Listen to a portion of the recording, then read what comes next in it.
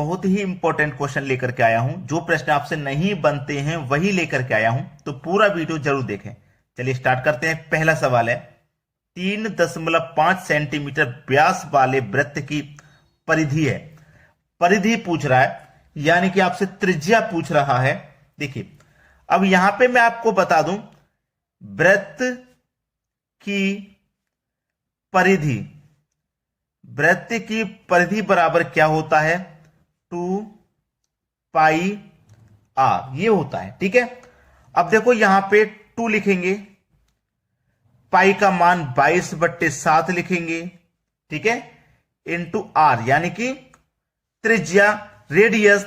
अब रेडियस हमारे पास कितना रहेगा, यानी कि व्यास हमारे पास रहेगा 3.5 का, और परिधि क्या होती है, यानी कि त्रिज्या क्या होती है, इसकी आधी होती है, इसकी होती है आधी, यानी कि तो 2 से डिवाइड कर देंगे हम। चलो 2 से ये 2 कट जाएगा, 7 पे 35 कट जाएगा, यानी कि 0.5 बार, क्योंकि दशमलव है ना बीच में, तो 7 पंजे 35, 0.5 बार में। और 11 का मल्टीप्लाई 5 से होगा, यानी कि 22 का मल्टीप्लाई 5 से होगा, तो कितना निकल के आ जाएगा? 11.0 सेंटीमीटर, यानी कि 11 सेंटीमीटर। ये आधा ही तो है, ये आधा ही तो, 0.5 का मतलब है आधा। तो 22 पंजे भाई 22 का मल्टीप्लाई मैं 5 से करूंगा तो आधा ही तो हो जाएगा, यानी कि ये दशमलव कहां जाएगा मेरा? यहां पे आ जाएगा। तो 11 सेंटीमीटर, जो कि हमारे बी ऑप्शन में बिल्कुल सही जवाब आपको मिल गया। अब देखेंगे अगला क्वेश्चन। अगला क्वेश्चन है, 8.2 सेंटीमीटर लंबी प्रत्येक भुजा वाले वर्ग की परिमाप क्या है? पूछा क्या है? वर्ग की परिमाप। सब कुछ सीखने मिलेगा, आप बस रेगुलर हमारे वीडियो के साथ जुड़ जाइए। चलिए, वर्ग की परिमाप। वर्ग क्या होता है दोस्तों? जिसकी चारों भुजाएं बराबर। अगर ये वाली भुजा ए है तो ये वाली भी ए होगी, ये वाली भी ए होगी, ये वाली ए, यानी कि जिसकी चारों भुजाएं बराबर होती हैं वो वर्ग होता है। ठीक है, वही वर्ग होता है। तो कितनी भुजाएं हमारे पास? ये 4। तो वर्ग की परिमाप बराबर क्या होता है? 4a। ठीक है, यहां 4 लिखेंगे, इंटू ए का मान हमें दिया गया है 8.2 सेंटीमीटर लंबी प्रत्येक भुजा। भुजा का माप हमें दिया गया है, तो हम यहां पे ए की जगह भुजा ले लेंगे, बराबर। अब इसका मल्टीप्लाई हो जाएगा, सवाल यही खत्म। 4 दूनी का 8, 4 अट्ठे 32, भाई एक संख्या बाद दशमलव तो एक संख्या बाद ही तो लगा दूंगा मैं, तो 32.8 सेंटीमीटर। ये आपके प्रश्न का बिल्कुल सही जवाब है। किस ऑप्शन में है? सी ऑप्शन में। सी ऑप्शन प्रश्न का बिल्कुल सही आंसर। अब देखेंगे अगला क्वेश्चन। अगला सवाल है, 1/2 में कितने 1/2 हैं? ऐसा सवाल बार बार आपको देखने को मिलेगा। करने का सही तरीका है, 2 1 कम 2, 2 में 1 जोड़ेंगे तो ये हो जाएगा 3/2।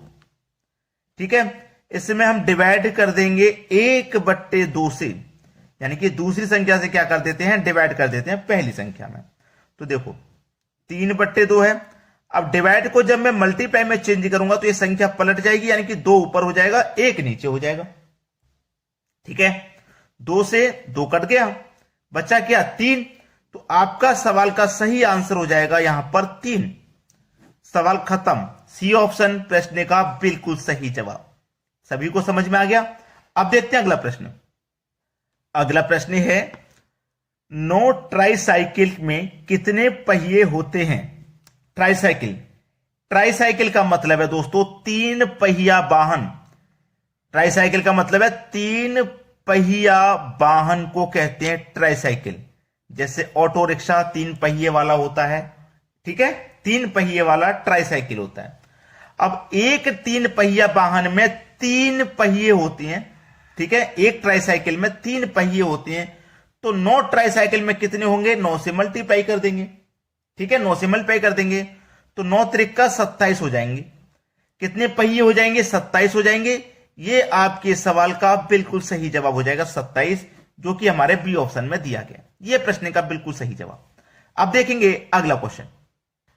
अगला प्रश्न है, 2 संख्याएं तीसरी संख्या से 20% और 50% अधिक हैं, तो उन दोनों संख्याओं में अनुपात होगा। देखिए 3 संख्याएं टोटल, एक पहली संख्या, ये हो गई दूसरी संख्या और ये हो गई आपकी तीसरी संख्या। ठीक है, उसने बोला है कि दो संख्याएं जो हैं वो तीसरी संख्या थे, इस तीसरी संख्या से 20% और 50% अधिक है, यानी कि तीसरी संख्या आपकी कितनी होगी, 100 होगी।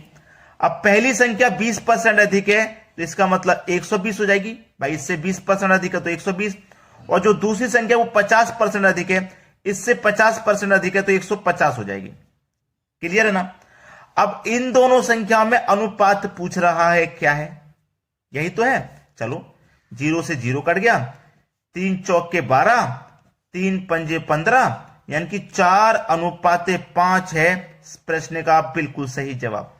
4:5, 4:5 ये आपके प्रश्न का बिल्कुल सही आंसर हो जाएगा। क्लियर है सभी को प्रश्न। अब देखेंगे अगला क्वेश्चन। अगला प्रश्न है, यदि 5, 6, M4 11 से पूर्णतः विभाजित होता है तो M का मान क्या होगा।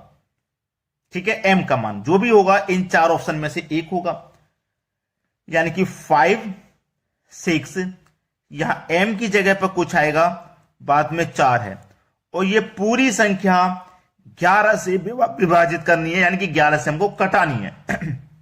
ठीक है, 11 से कटानी है। अब 11 से मैं कटाऊंगा, 11 पंजे 55, एक बचेगा, एक में मैं कितना जोड़ दूं, एक में मैं कितना जोड़ दूं कि पूरी संख्या कट जाए। ठीक है, 11 पंजे 55 तो कट गया। अगर मैं 0 जोड़ दूंगा तो 10 हो जाएगा, नहीं कटेगा। 1 जोड़ दूंगा तो 11 कम 11 कट जाएगा, 4 बचेगा। 3 जोड़ दूंगा 2 बचेगा, 24 भी नहीं कटेगा। 5 जोड़ दूंगा तो 11 कम 11 4 बचेगा, 44, 11 चौके 44 कट जाएगा, यानी कि यहां पे 5 आ जाएगा। ठीक है, यानी कि डी ऑप्शन सही। कटा के देख लेते हैं, 11 से कटाता हूं, 11 पंजे 55, एक बचेगा, 15 हो जाएगा, 11 कम 11, 15 में से 11 कट गया, 4 बचेगा, 44 हो जाएगा, 11 चौके 44। 514 बार में पूरी संख्या ये कट गई, और जो M का स्थान था वहां पे 5 आया है, तो M का मान क्या होगा, 5 हो जाएगा। यही प्रश्न का सही जवाब है। तो दोस्तों, जो भी बच्चे वीडियो को देख रहे हैं बिना लाइक करे बिल्कुल भी ना जाए, लाइक करके जाएं, और जिन्होंने अभी तक वीडियो को शेयर नहीं किया वो शेयर कर दें। ठीक है, और जो नए हैं चैनल पे, अभी अभी नए आए हैं, उन्होंने तैयारी करना शुरू किया है, तो चैनल को सब्सक्राइब करके, ठीक है, चैनल को सब्सक्राइब करके बेल आइकन का बटन दबा दें, ताकि हमारे जितने वीडियो हम अपलोड करते हैं उनका नोटिफिकेशन आप तक पहुंचेगा, तो आप वीडियो को आसानी से देख पाएंगे और आपके एग्जाम की तैयारी बहुत अच्छे से हो पाएगी। ठीक है दोस्तों, टाइमिंग नहीं पता है आपको तो वीडियो का टाइमिंग है सुबह के 11 बजे, दोपहर के 3 बजे और रात के 8 बजे। ये 3 वीडियो एक दिन में हम अपलोड करते हैं, जिससे कि आपकी तैयारी अच्छे से हो पाए। मैथ्स रीजनिंग की आप बिल्कुल भी चिंता ना करें, हम कंप्लीट कराएंगे। ठीक है दोस्तों, वीडियो देखने के लिए बहुत बहुत धन्यवाद।